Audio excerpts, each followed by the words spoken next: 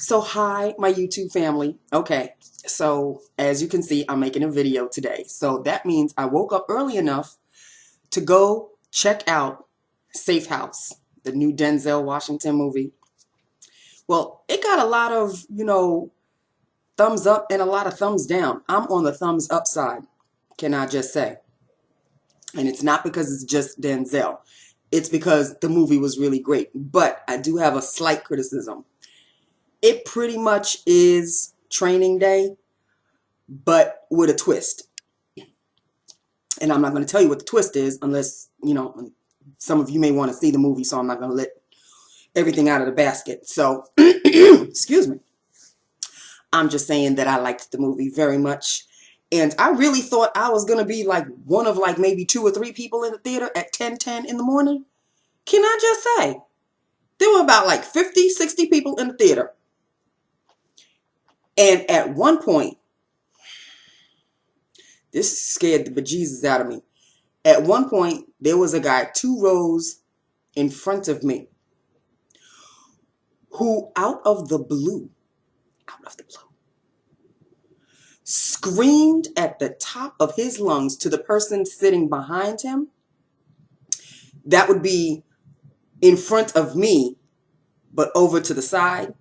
Screamed at this person because this person kept digging into like a foil paper or whatever. And I heard it, but it didn't really affect me watching the movie that much. But apparently it bothered the living crap out of this guy. At the top of his lungs, screamed in the movie theater, "Would you please just pick what you need to pick and stop?" I mean, he was screaming. And everybody was like, "Oh, okay, so we already are at the edge of our seats watching the Denzel movie, and then this happens." I was glad I was very close to the back exit, just in case, honey, just in case. Other than that, the movie went on. I liked it a lot. Ryan Reynolds did a good job too, by the way. He a good-looking kid. That's all I'm going to say. Okay, so of course, after the movie, it was still relatively early. And behind this particular movie theater, there is a Kohl's. I've never been to Kohl's before.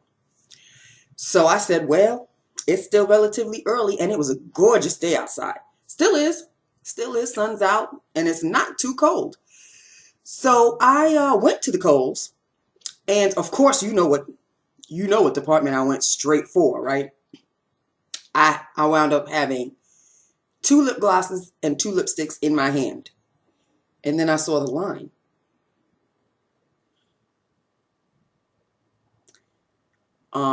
Can I just say, I did put myself on that line. And then this little voice in the back of my head said, "Girl, you just too crazy. There is no need for you to be on this crazy ass line for 2 lip glosses and 2 lipsticks." Now, mind you, the two lipsticks were $12 each, and the 2 lip glosses were $12.50 each. Great shades. There was a little voice in the back of my head that said, "Fool, get off the line. Just get off the line and put the stuff back. Put them back." So I followed the little voice, and I put them back. But I did not want to go home yet. So I wound up taking a drive at the Duane Reade. My nose just ran. Went to the Duane Reade. Did a little browsing around, la la la la la, in the cosmetic section, as usual.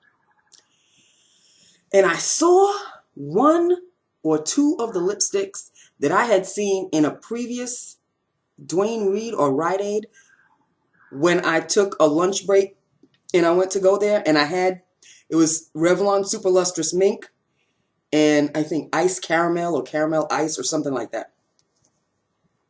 Had them in my hand. I had a third one, but I can't remember what the third one was. Had them in my hand, and I'm just walking around, and I'm like, I'm determined to get these. I was walking around, and then of course that little voice popped into my head and said, "Girl, put those away. You really don't. Like, for real? You gonna buy more? So after about an hour or so, yeah, I put them back. But I didn't want to go home. So I went across the street to the Rite Aid. That was Dwayne Reed, Rite Aid. Found exactly the same things at the Rite Aid that I had in my hand at the Dwayne Reed. But they were for less money. So I took them again. Mink was one of the super lustrous lipsticks. And, well, why don't I just show you? Here's my Rite Aid bag. And let's see. I guess I bought a lot more stuff than I thought. Yeah, I did. You know, they sell these at the Rite Aid for 50 cents each. These are knee-highs. Knee-high stockings. You know, like knee-high socks. But they look like stockings. 50 cents each. I could have racked up on them, but I said, okay, you really don't need that many. You have enough. So I bought two of these for 50 cents each, $1. Okay. So I bought that. Then I'm roaming around. And I found, again, the Revlon lipsticks that I've had in my hand at the Dwayne Reed, but now I'm at Rite Aid. At the Dwayne Reed, they were like $8.99 or something. At the Dwayne Reed, they were, I'll tell you right now, $7.99. If I can save a buck or two, I will. So the shades I wound up buying, I didn't open them up yet, so I can't do a swatch, but here they are. The shades that I wound up buying: Caramel Glacé, Mink, and Smoky Rose. You can see already what kind of shades they are. Well, I'll show you exactly what kind of shades they are because I saw this. An NYC Liquid Lip Shine. Now remember, I used one as a topper, and that one was called something. I think I used it 2 days ago, or was it just yesterday? The memory is the first to go. Okay, well, I bought another one because Honey on the Hudson. That's what it was. Honey on the Hudson. Well, I found this one, which was a shade lighter than Honey on the Hudson. Nude. This one is called, and I will tell you in a minute. Here we go. Nude York City. Look at the shade, people. Do I have to go any further? The last one, so you know. So I wound up buying 4 things. And the 4 things all together, I'll tell you right now how much they cost. The total was $27. Now, had I bought the lipsticks, the lip glosses and the lipsticks at the Kohl's, I would have spent twice as much for as many products. You know a girl can save, right? I'm just saying. So yeah, I saved money. But you know you don't really save when you spend because you're spending. So how are you saving? Let's not even get into the rationality of it all. It's Saturday. It's my Saturday. It was a pay week, and I'm going to have some fun. And I had absolutely no problems going to the movies by myself.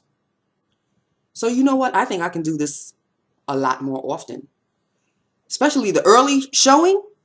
I'm not bothered by anybody. I'm just sitting there. And I love to watch previews. Love to watch previews. I got there so early. They said that the movie was going to start at 10:10. Movie didn't start until 10:28 because I took a look.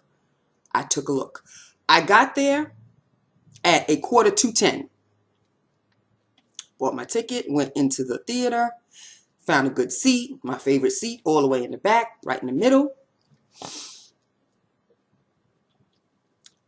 And they weren't showing previews at first. They were showing like commercials, and they were showing something called AMC First Look. So they were showing you like behind the scenes of some television shows, which I found kind of interesting because I love behind the scenes stuff. Love it. Part of my whole drama background. So I was watching that, and then they dimmed the lights, and then the previews came. Preview after preview after preview. I mean, for a while there, they gave so many previews that I had to kind of stop myself and say, okay, what am I here to see? Oh, right, the Denzel movie. That's how many previews they gave because I totally forgot what I was in there to see. And then the movie finally started. But let me tell you, the previews, I am going to be going to the movie theater pretty much all this summer because all of them are action movies. We've got DC Comics, we've got Marvel characters, we've got... I love action movies. I really do. I love action movies. I am one of those. Yeah. It's not all about the romance, boy meets girl thing with me. I love those too, don't get me wrong. I love, romantic comedies and all of that. But all of these previews were action movies. Action, action, action. There's a movie called Battleship. You're going to see that one.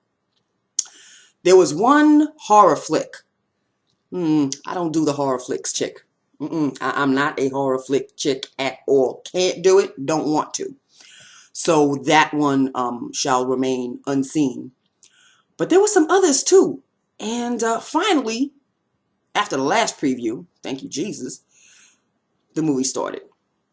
And I had a good time. I sat at the edge of my seat. Things were blowing up and I was getting all, ooh, ooh.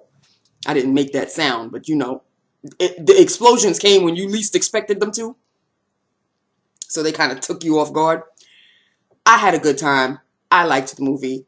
I'm glad I went to the movies. And of course, I'm glad I did a little shopping.